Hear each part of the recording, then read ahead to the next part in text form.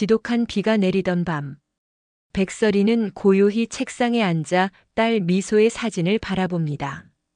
눈동자엔 깊은 고통, 그리고 굳은 결심이 서려 있습니다. 미소야, 엄마가 지켜주지 못해서 미안해. 하지만 이제부터는 내 억울함 반드시 밝힐 거야.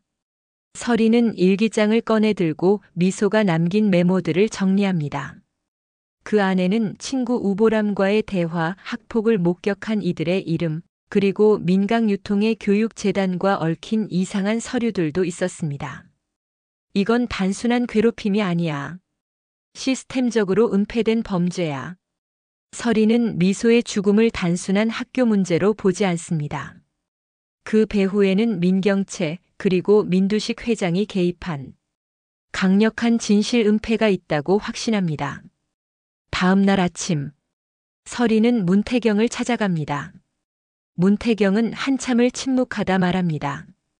민강유통의 이사회, 조만간 새 사업 보고회가 있어. 그 자리에서 모든 걸 밝히는 거야. 설이는 고개를 끄덕입니다. 하지만 걱정도 컸습니다. 내가 가진 증거가 아직은 부족해요. 경찰도 언론도 모두 그들의 편이고. 태경은 조용히 USB 하나를 건넵니다. 이 안에 있어. 미소가 죽기 전 내 딸이 마지막으로 남긴 영상. 학교 옥상 위에서 녹음된 소리와 그 옆에서 주고받은 대화. 누가 그녀를 몰아넣었는지 그 증거야. 설이는 떨리는 손으로 USB를 움켜줍니다. 그리고 결심하죠. 모든 걸 걸기로. 며칠 뒤 민강유통의 본사 회의실. 언론, 투자자, 홍보 대행사까지 모두 모인 자리. 민두식 회장이 웃으며 말합니다. 민강의 미래는 이 새로운 교육 플랫폼과 함께 성장합니다. 모든 학생에게 꿈을. 그 순간 문이 열리고 설이가 등장합니다. 카메라 기자들의 셔터가 터지고 모두가 술렁입니다. 설이는 무대 위로 올라섭니다. 손에는 마이크와 그 USB. 여러분, 이 회사가 말하는 꿈. 그 꿈을 짓밟은 아이의 목소리를 들려드리겠습니다. 그리고 스크린에 미소의 마지막 음성이 흘러나옵니다. 엄마 무서워. 그 사람들이 말했어요. 학교에서 날 없애겠다고. 이걸 말하면 우리 엄마도 다친다고. 하지만 난 더 이상 참지 않을래요. 회의장은 숨죽입니다. 민경채는 얼굴이 굳고 민두식은 황급히 리모컨을 빼앗으려 하지만 이미 늦었습니다. 그날 밤, 설이는 경찰서를 찾아가 민강유통의 교육사업 비리, 미소의 억울한 죽음, 그리고 은폐 공작에 대한 고발장을 제출합니다. 담당 형사는 당황하며 말합니다. 이건 너무 커요. 설애 씨, 이대로 가다간 신변이 위험할 수 있어요. 설이는 담담하게 대답합니다. 이미 딸을 잃은 사람입니다. 두려울 게 없습니다. 한편 민경채는 아버지 민두식에게 따집니다. 이제 어쩔 거예요? 이대로 가면 우리 다 끝이에요. 민두식은 차가운 눈빛으로 말합니다. 끝나기 전에 끝내야지. 백설에 저 여자를 없애. 며칠 뒤, 설이는 한밤중 집 앞에서 수상한 차량을 느낍니다. 문을 여는 순간 누군가가 그녀를 덮칩니다. 잡아! 소리 지르지 마! 하지만 그 순간 어둠 속에서 또 다른 누군가가 달려듭니다. 문태경입니다. 그는 설이를 구하고 괴한과 몸싸움을 벌입니다. 설애 씨, 괜찮아요? 설이는 겨우 숨을 고르며 말합니다. 이젠 정말 시작됐군요. 그리고 화면은 어두워지며 이런 내레이션이 흐릅니다. 세상을 바꾸는 건 힘이 아닌 용기입니다. 태양을 삼킨 여자. 그녀의 복수는 아직 끝나지 않았습니다. 설이는 다시 혼자가 되었다는 생각을 했다. 모든 걸 쏟아부은 기자회견 이후 그녀에게 남은 것은 공허함과 침묵뿐이었다. 정적은 때론 외침보다 더 큰 진실을 들려주는 법이었다. 그녀는 가만히 눈을 감고 딸의 이름을 떠올렸다. 미소야, 오늘 엄마 세상 사람들 앞에서 너의 목소리를 들려줬어. 수백 명의 눈앞에서 떨리는 목소리로 얘기했단다. 너무 무서웠지만 그래도 널 위해 할 수 있었어. 그렇게 한참을 생각에 잠긴 서리는 전화벨 소리에 놀라 깨어났다. 낯선 번호. 받을까 망설였지만 직감이 말했다. 받아야 한다고. 여보세요. 그녀의 목소리는 조용했지만 단단했다. 전화기 너머로 들려온 목소리는 한 남자의 것이었다. 차분했지만 조심스러웠다. 혹시 백미소 양 사건 관련해서 증언할 게 있습니다. 서리는 숨을 멈췄다. 누구시죠? 그 남자는 망설이다 말했다. 저 당시 학교 영상팀 소속이었습니다. 그날 옥상에서 무슨 일이 있었는지 봤습니다. 서리는 눈을 떴다.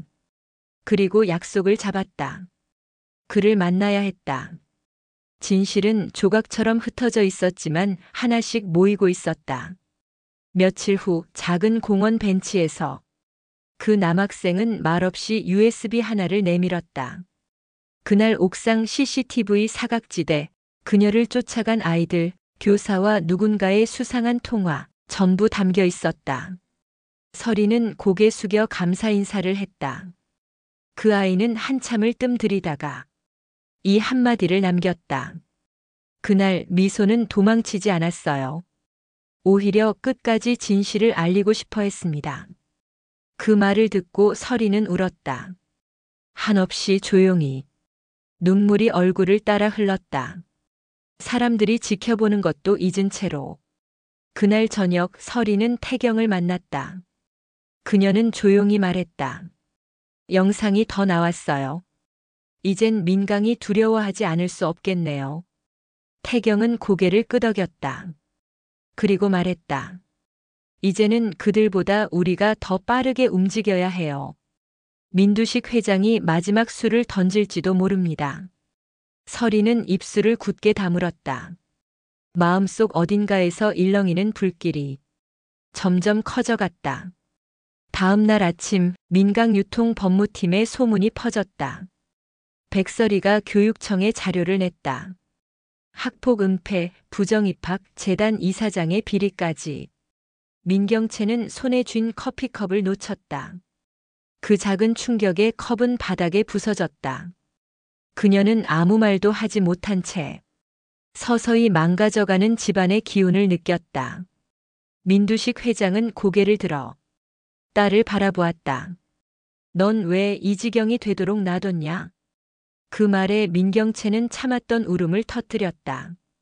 아버지, 그 여자가 이렇게까지 할 줄은 몰랐어요. 그는 낮은 목소리로 말했다. 백설에 그 여자는 무너뜨릴 수 있는 상대가 아니야. 그래서 없애야 해. 그날 밤 서리는 집으로 돌아오는 길에 누군가의 시선을 느꼈다. 뒤를 돌아보았지만 아무도 없었다. 하지만 느낌은 지워지지 않았다. 문태경에게 연락했다. 차분하게 설명했다. 누가 지켜보고 있었던 것 같아요. 태경은 말했다. 이젠 나도 설혜 씨 집 근처에서 지낼게요.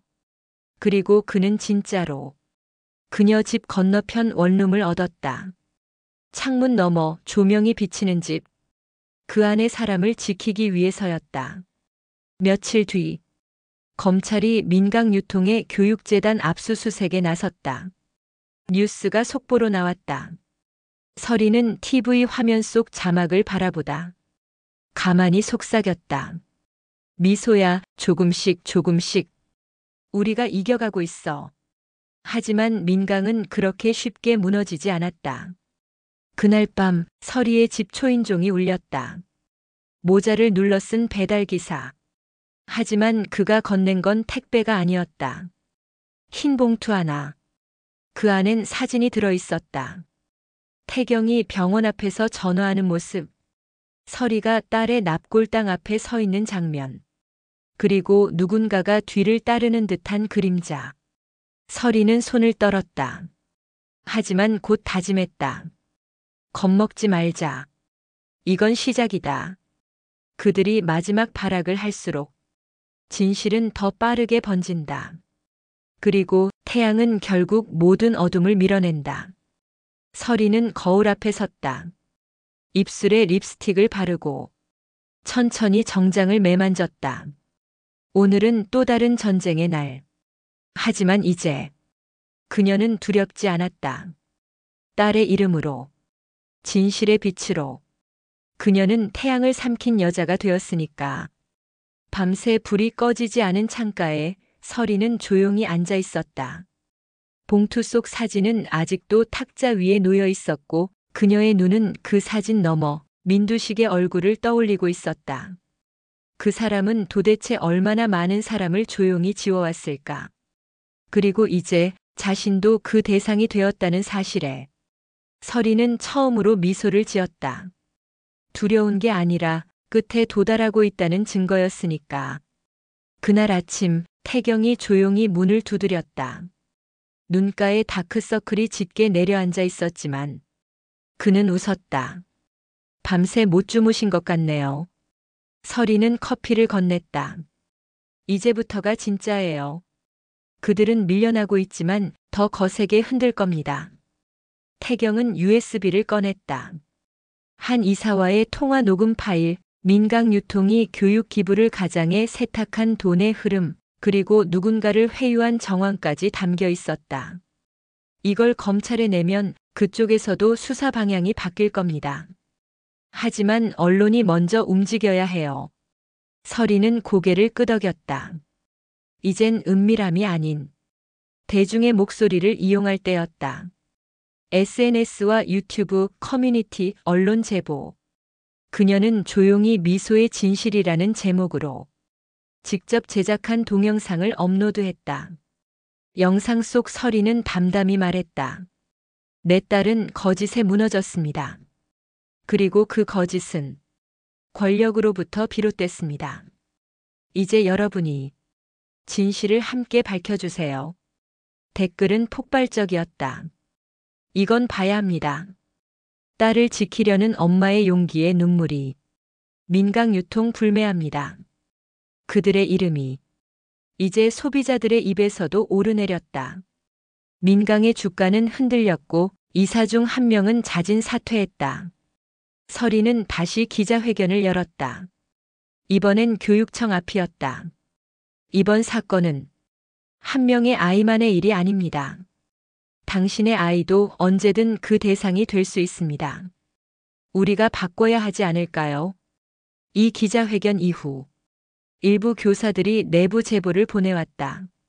녹취, 문자, 이메일. 모두 민강 측이 압력을 행사했다는 증거였다.